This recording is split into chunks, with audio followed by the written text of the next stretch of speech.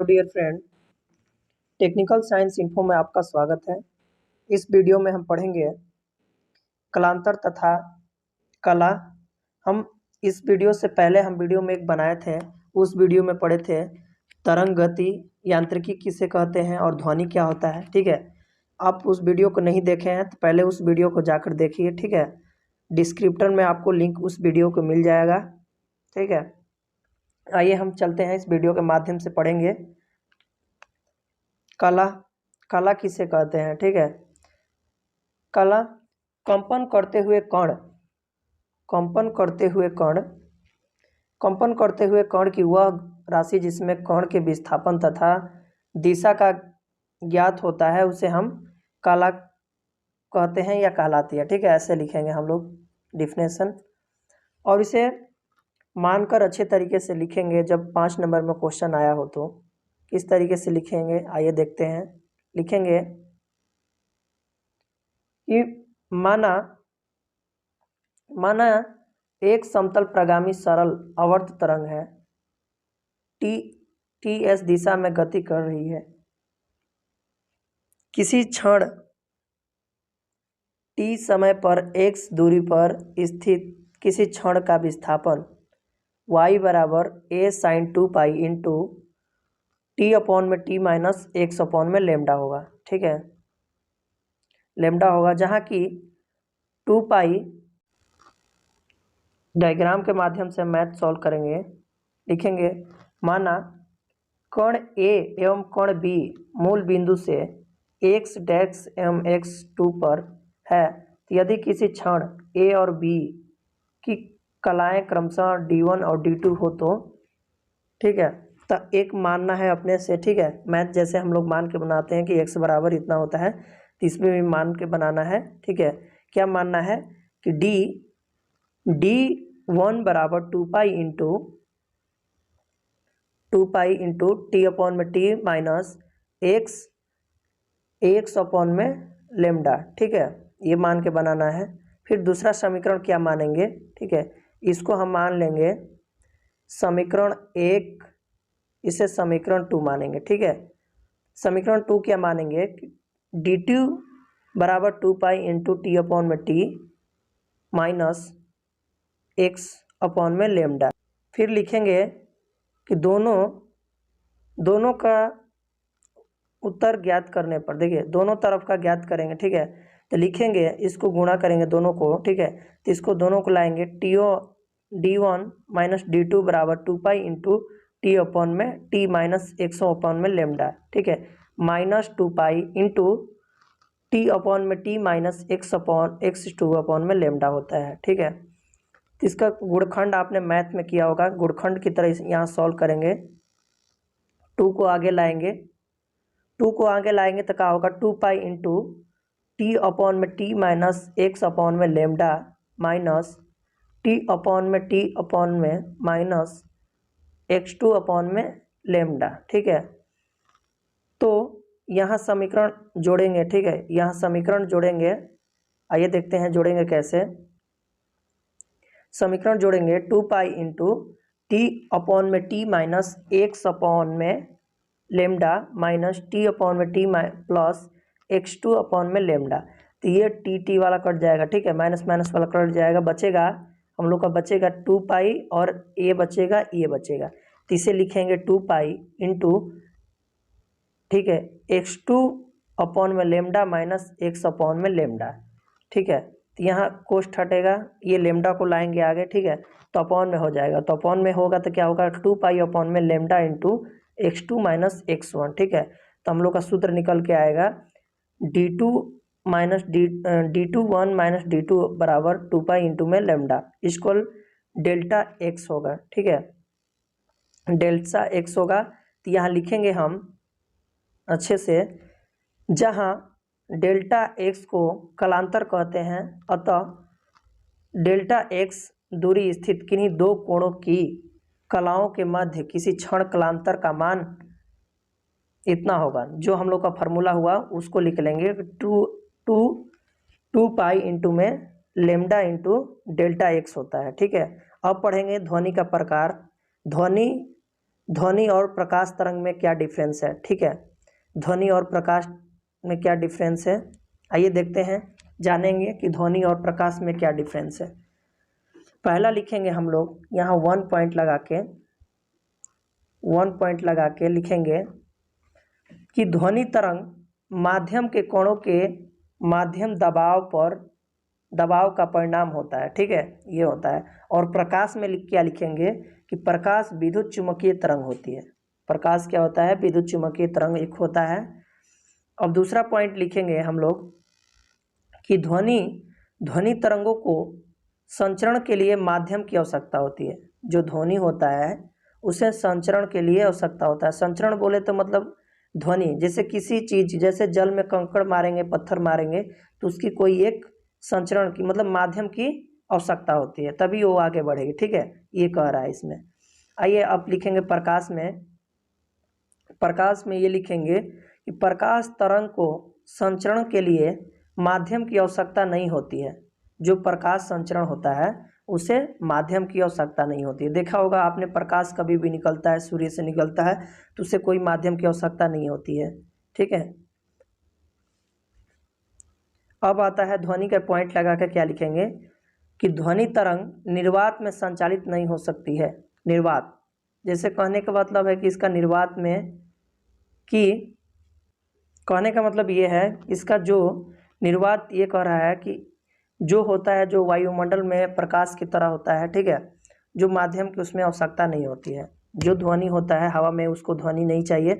जो ध्वनि हवा में चलता है, जैसे हम लोग को सुनाता है कोई हेलीकॉप्टर या जहाज ऊपर जा रही है हवा के माध्यम से, तो वो ध्वनि, उसको माध्यम की आवश्यकता नहीं होती है, वही बोल रहा है, ठीक है, निर्वात में नहीं होती है। आइए देखते हैं प्रकाश का क्या लिखेंगे कि प्रकाश का ये लिखेंगे हम लोग कि प्रकाश तरंग निर्वात के भी नहीं संचारित हो, मतलब प्रकाश भी निर्वात में भी नहीं संचारित होती है, क्योंकि प्रकाश के लिए भी कोई ये नहीं चाहिए। प्रकाश कभी भी निकलना है तो हवा को छेदते हुए निकलती है, ठीक है, ये कह रहा है इसमें। अब लिखेंगे ध्वनि का पॉइंट लगाकर कि ध्वनि, जैसे आप जिस नंबर पर लिख रहे हैं, 2 नंबर, 5 नंबर, जैसे मान लो कि ये मेरा 6वां पॉइंट है, तो 6वां लिखेंगे कि 6वां में क्या लिखेंगे कि ध्वनि तरंगे सदैव अनुदैर्ध्य तरंग होती है। अनुदैर्ध्य तरंग किसे कहते हैं, अनुदैर्ध्य तरंग किसे कहते हैं, हम अगले वीडियो में बता रखा है, उस वीडियो को जाके पहले देख लीजिए, ठीक है। अनुदैर्ध्य तरंग और अनुप्रस्थ तरंग, ठीक है, ये पढ़ा रखा है हम उस वीडियो के। चलिए ठीक है, देखते हैं। फिर होता है ध्वनि का पॉइंट लिखेंगे कि ध्वनि का वायु में एनटीपीसी पर अधिकतम वेग 330 मीटर प्रति सेकेंड तक होती है, ठीक है, होती है या हो सकता है, ये बोलेंगे। और प्रकाश में क्या होगा, प्रकाश तरंग का निर्वात अथवा वायु में अधिकतम वेग 3 × 10⁸ मीटर प्रति सेकेंड होता है या हो सकता है। ये साइंस का देन है, जो कि बराबर एक ऑक्सीजन में रखता है, ठीक है। आगे हम पढ़ेंगे तरंगों के उद्धिरोपण का सिद्धांत। देखिए, तरंगों का उद्धिरोपण का सिद्धांत, ये मेथड विधि है, खासकर मैथ से यह सॉल्व किया जाता है, जो कि खासकर 5 नंबर में आता है ये, ठीक है। ये VVI क्वेश्चन है, इसे स्टार लगा के लिखना है, ठीक है, नोट में अपने स्टार लगा के लिख दीजिए, ठीक है। आइए देखते हैं इसका क्या होता है। लिखेंगे इसका पहले डिफिनेशन। इसका डिफिनेशन 2 तरीका से हमने लिख रखा है, ठीक है। पहला ये डिफिनेशन है ये, और दूसरा यहाँ डिफिनेशन हमने लिख रखा है। पहले डिफिनेशन कैसे आप पढ़ेंगे, ठीक है, पहला डिफिनेशन आप कैसे पढ़ेंगे या आप कैसे लिखेंगे, आप पे डिपेंड कर रहा है, ठीक है, आप पे डिपेंड कर रखा है। ये वाला है, ये वाला डिफिनेशन पहला है, इसे लिख सकते हैं। आइए देखते हैं क्या कह रहा है। जब 2 या 2 से अधिक, ठीक है, जब 2 या 2 से अधिक प्रगामी तरंगें किसी माध्यम से एक साथ गुजरती है तो एक दूसरे को प्रभावित नहीं करती है तथा परिणाम विस्थापन का मान तरंगों के विस्थापन का सदिश योग होता है, ठीक है। कहने का इसका मतलब है, जब कोई प्रगामी तरंगें, ठीक है, एक माध्यम से मतलब एक साथ गुजरती है तो उसको कोई विस्थापन की ज़रूरत नहीं होती है, ना परिणाम की ज़रूरत होती है, ठीक है। विस्थापन हमने पढ़ा रखा है अगले वीडियो में, विस्थापन किसे कहते हैं, ठीक है। और आने वाली वीडियो में भी हम आपको विस्थापन का चर्चा करेंगे, क्योंकि विस्थापन साथ छोड़ने वाला नहीं है, ठीक है, साथ छोड़ने वाला नहीं है विस्थापन, समझ में आया। तो ये विस्थापन होता है, तरंगों का विस्थापन होता है, ठीक है। नेक्स्ट क्या है इसका डिफिनेशन, नेक्स्ट डिफिनेशन इसका कहता है, ठीक है, नेक्स्ट डिफिनेशन हम तो कहेंगे कि अच्छे से याद रहेगा आप लोग को। नेक्स्ट डिफिनेशन लिखना है आपको, अच्छे से याद कर लिखना है। नेक्स्ट डिफिनेशन क्या है कि किसी माध्यम के प्रत्येक कण किसी क्षण परिणाम के विस्थापन दोनों तरंगों द्वारा अलग अलग उत्पन्न विस्थापनों के बीजगणितीय योग के बराबर होता है, जिसे हम या इस सिद्धांत को उध्रुवण का सिद्धांत कहते हैं, ठीक है। कहा है ना हमने, शॉर्टकट में ये डिफिनेशन आपको याद रहेगा अच्छी तरीके से, ठीक है। ये कण का बात कर रहा है, जो देखा होगा आपने प्रकाश के कोई कोई मतलब कोई खिड़की दरवाजे से कण प्रकाश के बाहर एक समूह से आता है, उसी को कह रहा है ये बात, ठीक है। और हम आपके इसमें क्या लिखेंगे, ठीक है, आइए देखते हैं। और हम इसमें क्या लिखेंगे, लिखेंगे यह सिद्धांत छोटे आयामों की तरंगों के लिए उपयुक्त होता है। आयाम क्या होता है, आयाम हमने जो वीडियो पहला वाला वीडियो बनाया है उसमें आयाम के विषय में चर्चा किया है, ठीक है, उसमें जाकर वीडियो पहले देख लीजिए। अपने कॉपी लेकर बैठिएगा, क्योंकि इससे नोट डाउन करते जाइएगा वीडियो को रोककर, ठीक है। स्किप मत करिएगा वीडियो को, नहीं तो आपका नोट्स तैयार नहीं हो पाएगा फिजिक्स सेकेंड का, ठीक है। ये मैकेनिकल इंजीनियरिंग में बहुत लोगों का बैक आता है, ठीक है। आइए देखते हैं।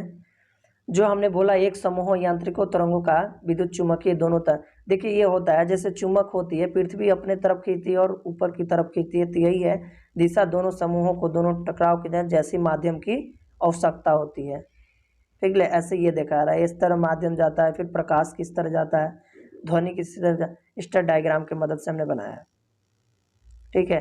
देखिए क्वेश्चन आता है ऑब्जेक्टिव में, खासकर अप्लाइड फिजिक्स सेकेंड में आता है कि तरंगों के उद्रूपणों के कितने प्रकार होते हैं, इस तरह के आते हैं। लेकिन आपको लिखने हैं, जब इस तरह आएगा तो आपको लिखना है तरंगों के उद्रूपण के निम्न 3 प्रकार होते हैं। कौन कौन, व्यक्तिकरण, दूसरा आता है विस्पादन, तीसरा आता है अप्रगामी तरंगे, ठीक है।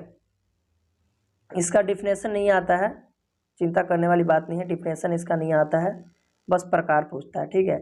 अब आता है आवर्त गति क्या होती है। आइए आवर्त गति के विषय में हम लोग पढ़ेंगे, जानेंगे कि आवर्त गति क्या होती है। पहले इसका डिफिनेशन जानते हैं। आवर्त गति, जब कोई पिंड, ध्यान से सुनिएगा, जब कोई पिंड एक निश्चित पथ पर अपनी गति को एक निश्चित समानांतर के बाद बार बार दोहराता हो तो इसको आवर्त गति कहते हैं, और जिसके बाद गति की पुनरावृत्ति होती है उसे आवर्त गति कहते हैं। कहने का मतलब है जो किसी चीज़ को बार बार दोहराते हैं, जैसे कहने का मतलब है कि कोई ध्वनि है, उस ध्वनि को बार बार साइलेंट, एक रूम में है आप, उस रूम में एक रूम है, आपको समझाते हैं, एक रूम है, उस रूम में आप कोई साउंड बजाइएगा तो उसी साउंड को बार बार दोहराता है, ठीक है। पहाड़ पर जाइएगा, वहाँ पहाड़ पर कोई सा भी वैलेंस अपना नाम पकड़िएगा तो वो आपको बार बार रिटर्न करके देता है, ठीक है। उसी विषय को बोल रहा है, आपके डायग्राम की मदद से समझाएंगे यहाँ पे। पहले एग्जाम्पल पर समझते हैं कैसा क्या होता है। पहला क्या होता है, सूर्य की परिक्रमा करते हुए पृथ्वी की गति। देखिए सूर्य जब परिक्रमा करती है पृथ्वी के तो वही चीज़ बार बार दोहराती है, ये कह रहा है ना, ठीक है। ये पहला एग्जाम्पल है। दूसरा एग्जाम्पल क्या है, स्प्रिंग पर लटके पिंडों को नीचे खींचकर छोड़ने पर ऊर्ध्वाधर गति। जो स्प्रिंग होता है इस तरीके से लटके हुए, ठीक है, आप कभी भी स्प्रिंग दोनों साइड से इधर से और इधर से खींचिएगा तो ये दोनों बार बार वही कंपन करके बार बार वही दोहराएगी, जो इस तरीके से उसका आकार होता है, ठीक है, ये कह रहा है। फिर क्या होता है, साधारण सा अपने घर में सबकी घर में देवाल वाली वॉच होती है, ठीक है, तो आपने देखा होगा जो उसमें घड़ी की सुई होती है, लिखा है ना कि घड़ी की सुई की गति, जो दीवार की घड़ी की सुई होती है वो बार बार गोल गोल दोहराती है, ठीक है। यही कहने का मतलब इसका है आवर्त गति का। अब आता है अगला हम लोग का टॉपिक आता है कि दोलन अथवा कंपन गति क्या होती है। दोलन गति और कंपन गति क्या होता है, आइए पढ़ते हैं। दोलन गति और कंपन गति क्या होता है।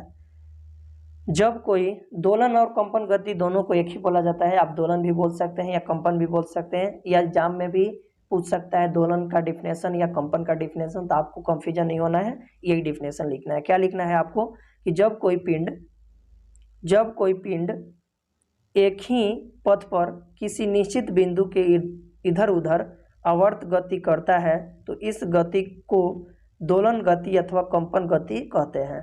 ठीक है, इसका कहने का मतलब ये है कि जब कोई पिंड एक ही पथ पर किसी निश्चित बिंदु के इधर उधर आवर्त गति करता है तो इस गति को दोलन गति। आइए डायग्राम के माध्यम से हम आपको समझाएंगे, अच्छी तरह से समझ में आएगा। ये देखिए डायग्राम ये है,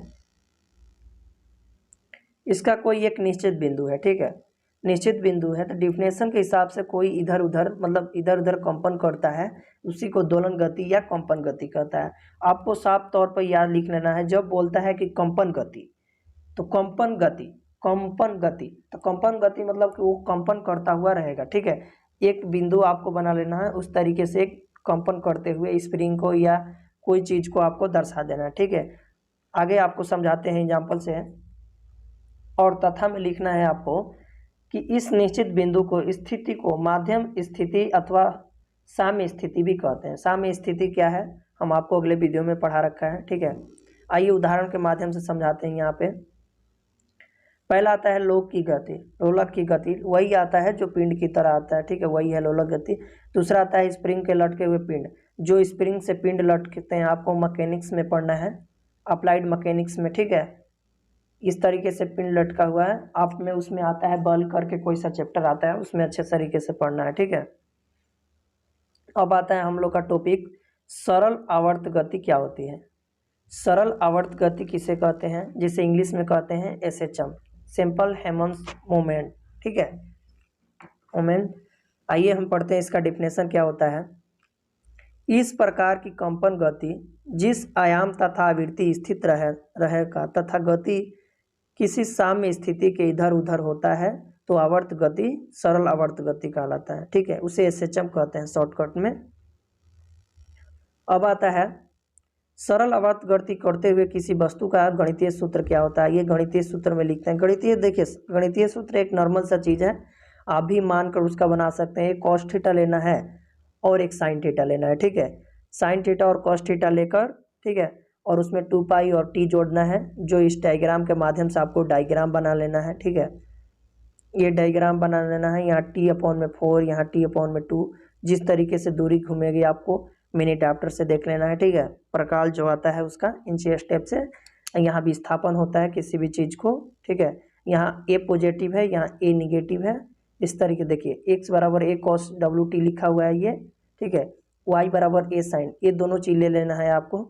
और एक चीज़ और, ये मेथड विधि सॉल्व करते वक्त आपको इन दोनों का, इन सब का ज्ञात होना चाहिए आपका। पहला क्या कि ए को बोलते क्या है, ए को कंपन या आयाम बोलते हैं, और डब्लू को कोणीय वेग बोलते हैं, और एन को आकृति बोलते हैं, और टी को आवर्तकाल बोलते हैं, और वाई को क्या बोलते हैं, तो वाई को टी समय पर साम्य स्थिति से वस्तु का विस्थापन, यही बोलते हैं। ठीक है, आप इसको कॉपी में नोट कर लीजिए। ठीक है, वीडियो को रोककर आगे देखते हैं।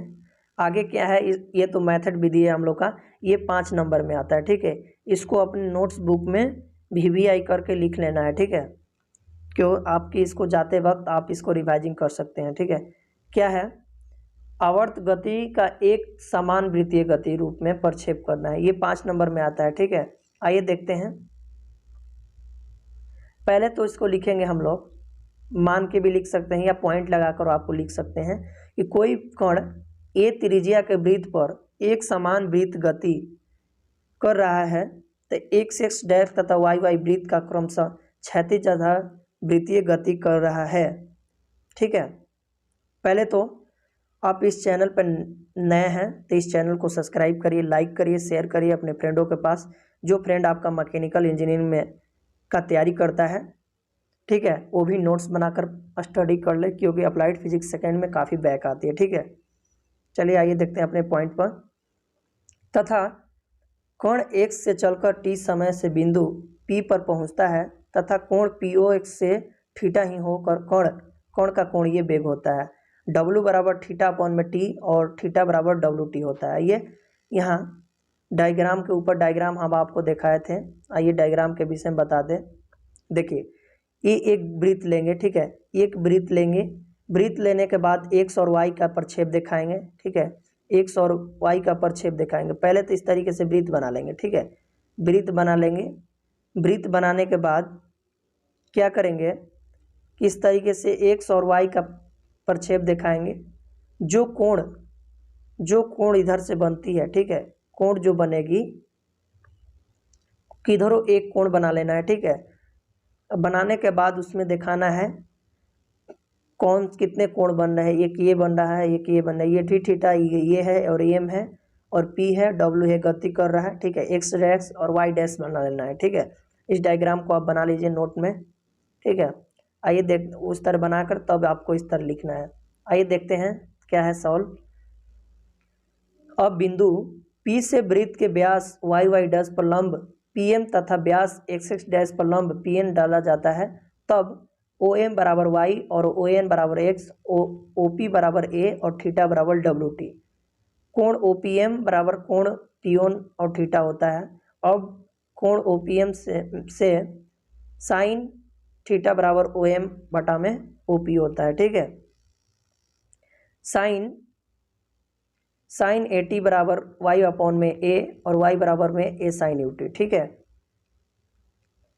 होता है। इसका मेन फार्मूला क्या निकलता है, ठीक है, मेन फार्मूला क्या निकलता है आपको देखेंगे। मेन फार्मूला होता है इसका, मेन फार्मूला होता है कि इस प्रकार कोण OPN में कॉस बराबर ON अपॉन में OP होता है, ठीक है, ये होता है।